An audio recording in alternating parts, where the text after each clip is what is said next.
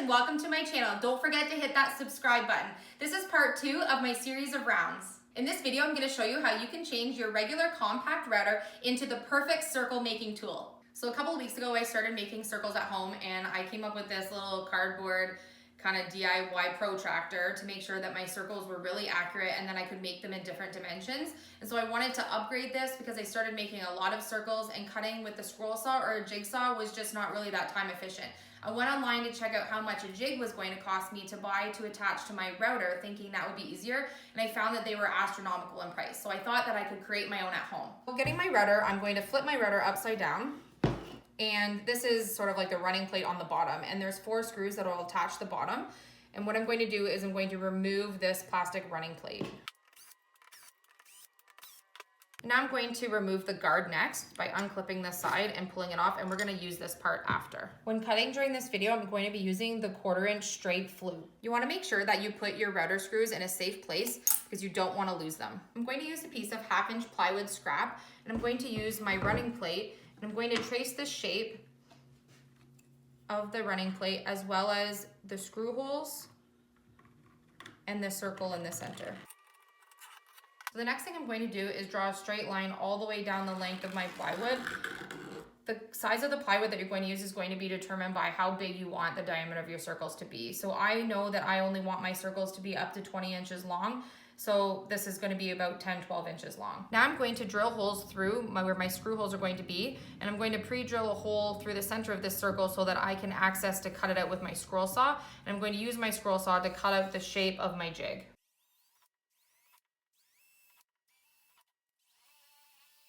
So I need to remove my blade so that I can thread it through the circle that I've created. It's easiest to cut this circle out first before cutting out the jig shape.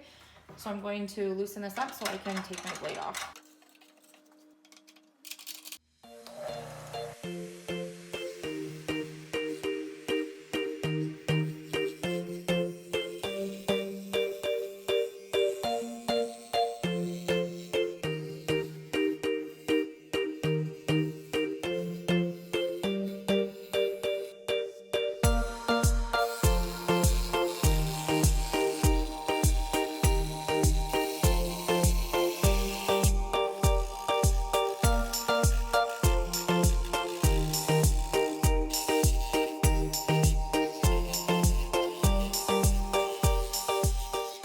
I'm going to give it a really light sand just so I don't splinter my hand while I'm working.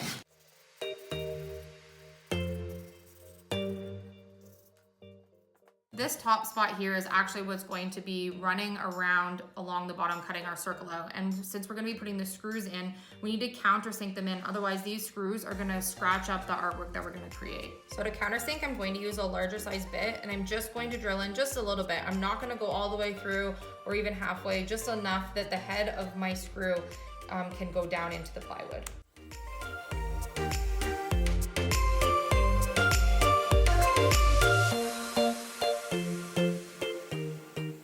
Now that I have my countersunk holes, I'm going to put my screws into the spaces, and I'm going to attach it back to the side of my router.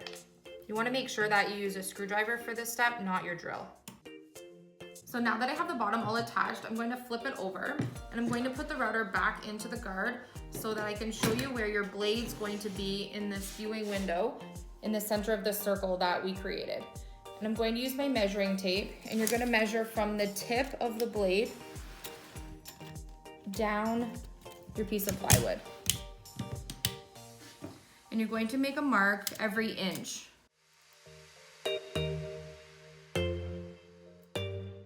I'm going to mark these with the numbers of the inches. So this is 2 inches, 3 inches, 4 inches.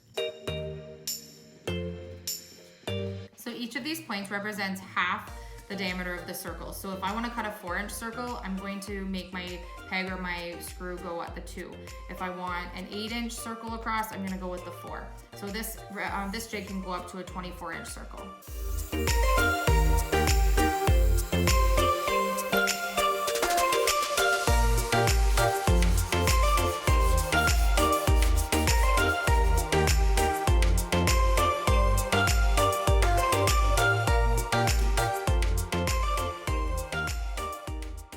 So because I want to cut a 10-inch wide circle, I'm going to use my mark at number 5, and I'm going to put a screw or a peg. I'm just using a screw because I didn't have a metal peg, and I'm going to screw it in to my board.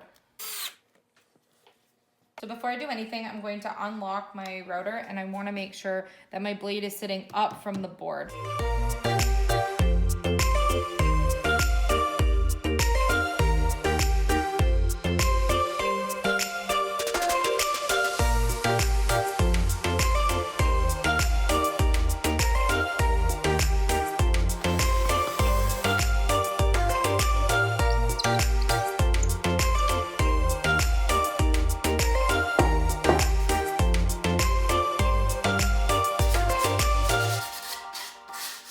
As you can see, the jig worked perfectly, and it was much faster to cut circles. Although this is a little bit messier of a way of cutting circles than using a jigsaw or a scroll saw, it was really time effective, and it was a really inexpensive way to make a jig. Thanks so much for watching this video. I really hope you liked it. Stay tuned for part 3, where I teach you how to make shiplap and herringbone wood circles. Don't forget to hit subscribe and hit that notification bell so you don't miss part 3 of this series. Don't forget to leave a comment down below.